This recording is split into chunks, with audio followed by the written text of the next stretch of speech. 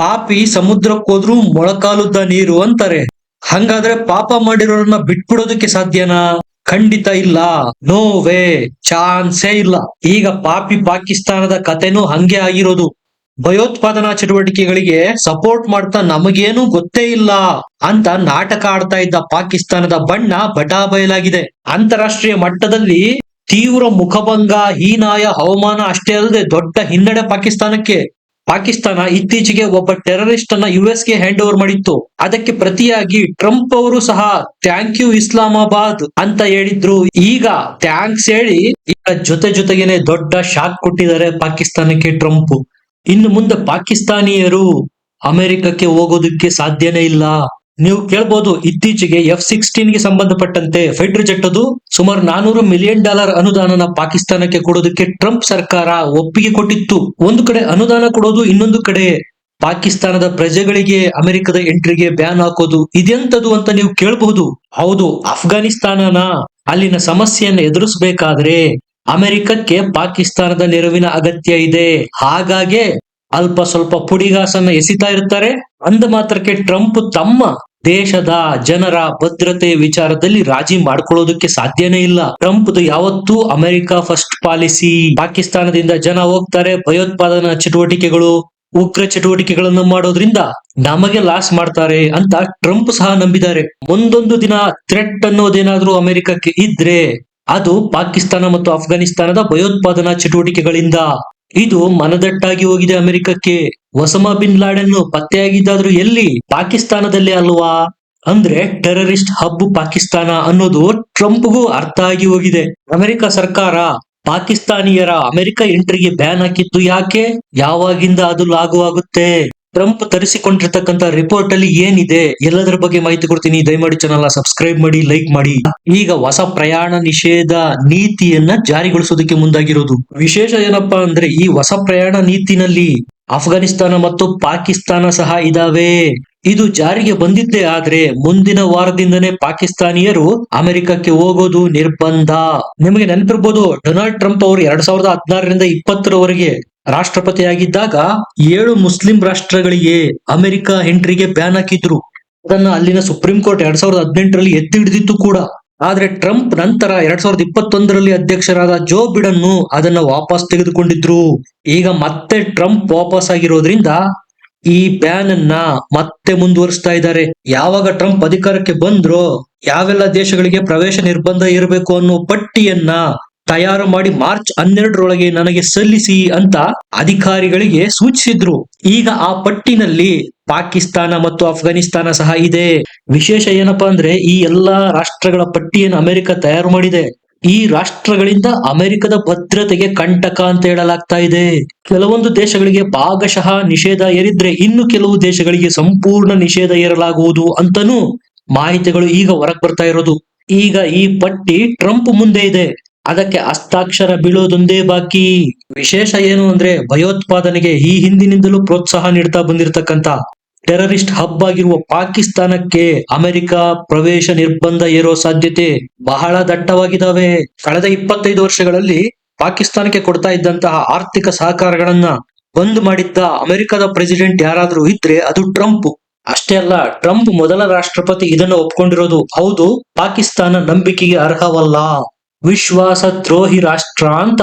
ಅದಕ್ಕೆ ಕಾರಣನೂ ಇದೆ. ಈ ಹಿಂದೆ ಪಾಕಿಸ್ತಾನ ಸೋವಿಯತ್ ಯೂನಿಯನ್ ಹೆಸರಲ್ಲಿ ತನ್ನ ಜಾಲದಲ್ಲಿ ಅಮೆರಿಕವನ್ನು ಬೀಳಿಸಿಕೊಂಡಿತ್ತು, ಆರ್ಥಿಕ ಸಹಕಾರನ ಪಡಿತಾ ಇತ್ತು. ಅದಾದ ನಂತರ ಅಫ್ಘಾನಿಸ್ತಾನದ ಹೆಸರಲ್ಲಿ ಡಾಲರ್ ನೆರವು ಪಡಿತಾ ಇತ್ತು ಪಾಕಿಸ್ತಾನ. ಕಡೆಗೆ ಅಮೆರಿಕದವರು ಹುಡುಕ್ತಾ ಇದ್ದ ಒಸಾಮಾ ಬಿನ್ ಲಾಡೆನ್ ಪತ್ತೆಯಾಗಿದ್ದೆಲ್ಲಿ? ಪಾಕಿಸ್ತಾನದ ಅಬೋಟಾಬಾದ್ ನಲ್ಲಿ. ಅಂದ್ರೆ ಅಮೆರಿಕದ ಸಹಾಯನೆ ಪಡೆದು ಅಮೆರಿಕನ್ನರ ಬೆನ್ನಿಗೆ ಚೂರಿ ಹಾಕಿತ್ತು ಪಾಕಿಸ್ತಾನ. ವಾರ್ ಆನ್ ಟೆರರ್ ಅನ್ನೋ ಹೆಸರಲ್ಲಿ ಅಮೆರಿಕದಿಂದ ಸಹಾಯಧನ ಮತ್ತು ಶಸ್ತ್ರಾಸ್ತ್ರಗಳನ್ನು ಪಡಿತಾ ಬಂತು ಪಾಕಿಸ್ತಾನ. ಆದ್ರೆ ಮಾಡ್ತಾ ಇದ್ದಿದ್ದೇನು? ಭಯೋತ್ಪಾದನಾ ಚಟುವಟಿಕೆ, ಟೆರರಿಸ್ಟ್ ಗಳನ್ನ ಸೃಷ್ಟಿ ಮಾಡೋದು, ಭಾರತದ ಗಡಿಯೊಳಗೆ ನುಸುಳಿಸೋದು.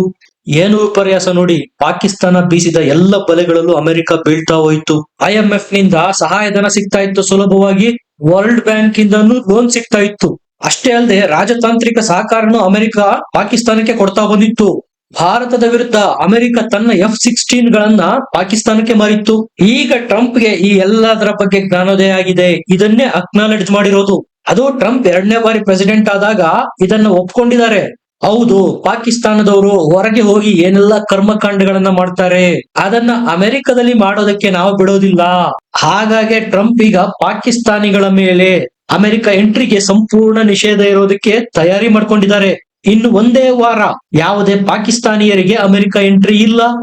ಪಾಕಿಸ್ತಾನದ ಪಾಸ್ಪೋರ್ಟ್ ಮೇಲೆ ಅಮೆರಿಕಕ್ಕೆ ಬಿಸ್ನೆಸ್ ಮಾಡ್ತೀವಿ ಅಂತ ಆಗ್ಲಿ, ಪ್ರವಾಸ ಮಾಡ್ತೀವಿ ಅಂತ ಆಗ್ಲಿ, ವರ್ಕ್ ಮಾಡ್ತೀವಿ ಅಂತ ಆಗ್ಲಿ, ಈ ಯಾವುದೇ ನೆಪ ಒಡ್ಡಿ ಅಮೆರಿಕಕ್ಕೆ ಹೋಗುವಂತಿಲ್ಲ. ಅದು 21 ಮಾರ್ಚ್ ಇಂದ ಲಾಗು ಆಗುತ್ತೆ ಅಂತ ಹೇಳಲಾಗ್ತಾ ಇದೆ. ಆ ರಿಪೋರ್ಟ್ ನಲ್ಲಿ ಕೆಲವೊಂದು ಅಂಶಗಳು ಸಹ ಲೀಕ್ ಆಗಿದಾವೆ. ಪಾಕಿಸ್ತಾನ ಮತ್ತು ಅಫ್ಘಾನಿಸ್ತಾನದ ಹೆಸರು ಇದೆ ಅಂತ ಹೇಳಲಾಗ್ತಾ ಇದೆ. ಈ ಹಿಂದೆ ಪಾಕಿಸ್ತಾನಿಯರು ಯಾವೆಲ್ಲ ದೇಶಕ್ಕೆ ಹೋಗಿದ್ರು, ಅವರು ಅಲ್ಲಿ ಕೆಲಸ ಮಾಡೋ ಉದ್ದೇಶದಿಂದಾಗ್ಲಿ, ಪ್ರವಾಸ ಮಾಡೋ ಉದ್ದೇಶದಿಂದಾಗ್ಲಿ ಹೋಗಲ್ಲ. ಅವರ ಉದ್ದೇಶ ಭಿಕ್ಷೆ ಬೇಡೋದು. ಪಾಕಿಸ್ತಾನದಿಂದ ಪರಾರಿಯಾಗಿ ವಿದೇಶದಲ್ಲಿ ಭಿಕ್ಷೆ ಬೇಡೋದು, ಬಂದ ದುಡ್ಡಲ್ಲಿ ಜೀವನ ಮಾಡೋದು. ಅಂದ್ರೆ ಭಿಕ್ಷೆ ಬೇಡುವ ಒಂದು ದೊಡ್ಡ ರ್ಯಾಕೆಟ್ ಇದೆ ಇವ್ರದ್ದು. ತಮ್ಮ ಪವಿತ್ರ ಸ್ಥಳ ಮೆಕ್ಕಾ ಮದೀನಾದಲ್ಲೇ ಭಿಕ್ಷೆ ಬೇಡೋದನ್ನ ಬಿಡೋದಿಲ್ಲ ಇವರು. ಪಾಕಿಸ್ತಾನಿ ಸರ್ಕಾರನೇ ಖಚಿತಪಡಿಸಿದೆ ಅವರ ಭಿಕ್ಷೆ ಬೇಡುವ ಇಂಡಸ್ಟ್ರಿಯ ಗಾತ್ರ ಎಷ್ಟಿದೆ, ಸುಮಾರು $44 ಬಿಲಿಯನ್. ನೇಪಾಳದಂತ ರಾಷ್ಟ್ರದ GDPನೂ ಇಷ್ಟಿರೋದಿಲ್ಲ. ಅಷ್ಟೊಂದು ಭಿಕ್ಷೆ ಬೇಡ್ತಾರೆ ನೋಡಿ ಪಾಕಿಸ್ತಾನಿಯರು. ಈಗ ಟ್ರಂಪ್ಗೂ ಸಹ ಈ ಎಲ್ಲ ಸತ್ಯ ಅರಿವಾಗಿದೆ. ಇವರು ಹೋಗಿ ಭಿಕ್ಷೆ ಬೇಡೋದು, ಟೆರರಿಸಂಗೆ ಸಪೋರ್ಟ್ ಮಾಡೋದು, ಅಹಿತಕರ ಸನ್ನಿವೇಶಗಳನ್ನ ಸೃಷ್ಟಿ ಮಾಡೋದು ನಿಧಾನವಾಗಿ ಆದ್ರೂ ಈಗ ಅಮೆರಿಕದವರಿಗೆ ಗೊತ್ತಾಗ್ತಾ ಇದೆ. ಟೆರರಿಸಂ ನ ಮ್ಯಾನುಫ್ಯಾಕ್ಚರಿಂಗ್ ಹಬ್ಬೇ ಪಾಕಿಸ್ತಾನ. ಇಲ್ಲಿಂದನೇ ಟೆರರಿಸ್ಟ್ ಗಳು ಪ್ರೊಡ್ಯೂಸ್ ಆಗಿ ಪ್ರಪಂಚದ ನಾನಾ ಭಾಗಗಳಿಗೆ ರವಾನೆ ಆಗ್ತಾರೆ ಅನ್ನೋ ಸತ್ಯ ಅಮೆರಿಕಕ್ಕೆ ಈಗ ಗೊತ್ತಾಗಿದೆ. ನೀವೇ ನೋಡಿ, ನಮ್ಮ ಭಾರತದಂತ ದೇಶ IT-BT ಸಾಫ್ಟ್ವೇರ್ ಪ್ರಾಡಕ್ಟ್ ಗಳನ್ನ ವಿದೇಶಕ್ಕೆ ರಫ್ತು ಮಾಡಿ ಅದರಿಂದ ಕಮಾಯಿ ಮಾಡಿದ್ರೆ, ಪಾಕಿಸ್ತಾನಿಯರು ವಿದೇಶಕ್ಕೆ ಟೆರರಿಸ್ಟ್ ಗಳನ್ನ ರಫ್ತು ಮಾಡ್ತಾರೆ.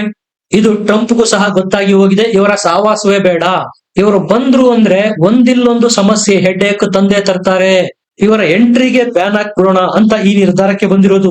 ಈಗಾಗಲೇ ಇದರ ಬಗ್ಗೆ ಪ್ರಶ್ನೆಗಳು ಹೇಳ್ತಾ ಇದಾವೆ. ಇದು ರೇಸಿಸಂ ಅಂತೆ, ಇದು ಒಳ್ಳೆ ಕಥೆ ಆಯ್ತಲ್ಲ. ತಮ್ಮ ದೇಶಕ್ಕೆ ಭಯೋತ್ಪಾದಕರಿಂದ ಆಪತ್ತಿದೆ ಅಂತ ಅದರ ವಿರುದ್ಧ ಕ್ರಮ ಕೈಗೊಂಡ್ರೆ ಅದೇಗೆ ವರ್ಣಭೇದ ಆಗುತ್ತೆ.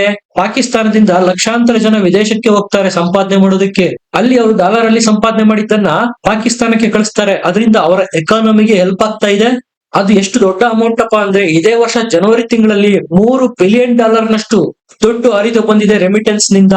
ಇದೆಲ್ಲ ಪಾಕಿಸ್ತಾನಿಯರು ವಿದೇಶಗಳಲ್ಲಿ ಭಿಕ್ಷೆ ಬೇಡಿ ಪಾಕಿಸ್ತಾನಕ್ಕೆ ಕಳಿಸಿರೋದು. $3 ಬಿಲಿಯನ್ ಅಂದ್ರೆ ವರ್ಷಕ್ಕೆ 36 ಆಯ್ತು.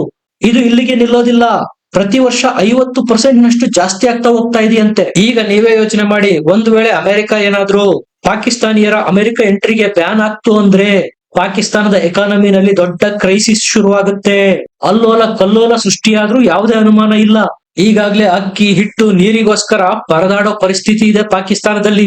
ಇನ್ನ ವಿದೇಶಗಳಿಗೆ ಪಾಕಿಸ್ತಾನಿಯರ ಎಂಟ್ರಿಗೆ ಬ್ಯಾನ್ ಬಿತ್ತು ಅಂದ್ರೆ ಖೇಲ್ ಖತಮ್, ದುಕಾನ್ ಬಂದ್. ಅದು ಒಂದ್ ಕಡೆ ಇರ್ಲಿ, ಇದು ಎಂತಹ ಹ್ಯೂಮಿಲಿಯೇಷನ್ ಅಂದ್ರೆ ಅಂತಾರಾಷ್ಟ್ರೀಯ ಮಟ್ಟದಲ್ಲಿ ಪಾಕಿಸ್ತಾನದ ಮಾನ ಮರ್ಯಾದೆ 3 ಕಾಸಿಗೆ ಹರಾಜಾದಂತೆ.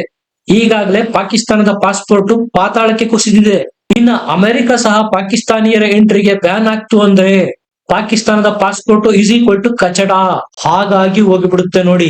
ಇನ್ನು ಟ್ರಂಪ್ ಇದರ ಬಗ್ಗೆ ಪ್ರಸ್ತಾಪ ಮಾಡಿರೋದು, ರಿಪೋರ್ಟ್ ತರಿಸಿಕೊಂಡಿರೋದು, ಆಗ್ಲೇ ಪಾಕಿಸ್ತಾನದಲ್ಲಿ ಹಾಹಾಕಾರ ಎದ್ದೋಗಿದೆ. ಇನ್ನು ಇದೇನಾದ್ರೂ ಲಾಗು ಆದ್ರೆ ಖೇಲ್ ಖತಮ್, ದುಕಾನ್ ಬಂದ್, ಟಾಟಾ ಬಾಯ್ ಬಾಯ್. ಇದರ ಬಗ್ಗೆ ನಿಮ್ಗೆ ಏನನ್ಸುತ್ತೆ ಕಮೆಂಟ್ ಮಾಡಿ, ಲೈಕ್ ಮಾಡಿ, ಚಾನಲ್ ನ ಸಬ್ಸ್ಕ್ರೈಬ್ ಮಾಡಿ. ಮತ್ತೆ ಸಿಗೋಣ, ನಮಸ್ಕಾರ.